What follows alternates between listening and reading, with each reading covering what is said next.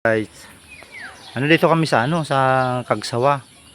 Ito kukwento ko sa inyo ang detalye nito. Ito yung mga parts ng simbahan ng araw. Napakatagal na. Mga nalibing dito ay mga nandito sa ilalim ang mga tao. Ayan o. Yan. Yan ang parts ng simbahan. Dito, ipapasyal ko kayo. Nandito. Yan, dito.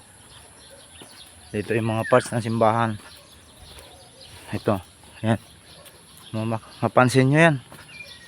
Yan ano na lang. Yan mga ito yung pinaka niya. Pinaka dingding niya. Ang lawak nitong simbahan na to. Napakalawak nito.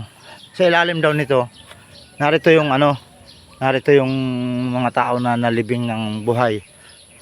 Dahil sa buong akala nila makakaligtas sila sa ganung bagyo na yun. Ayun, dinaanan naman sila ng lahar. Nandito tayo.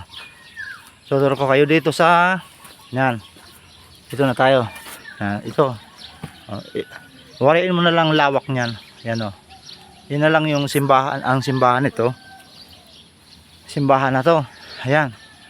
Hanggang doon tayo sa galing doon. Nandito yung tema yung yan na lang ang natira. Yung sa buong simbahan, yan na lang ang lakampanan na lang ang natira. Ayan. Lawak niyan. Libo katao ang dito na nawala dito sa lugar na to. Ito tayo. Pasyal ko dito. Yan. Dito, ayan. Ito, yan pa mga parts pa yan ng parts pa yan ng ng simbahan hanggang doon.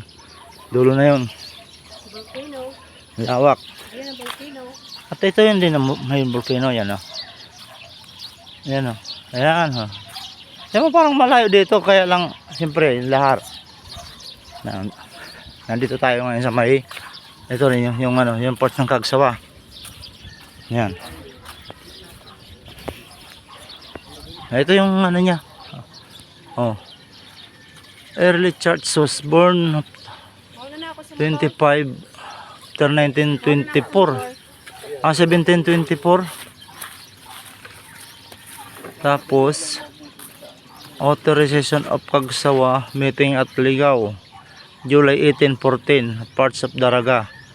The first signatory of the destruction of the church was commemorative at February 1, 1914 with hugs of permitted to the ruins with high mass was celebrated. Ito po. Okay. Thank you.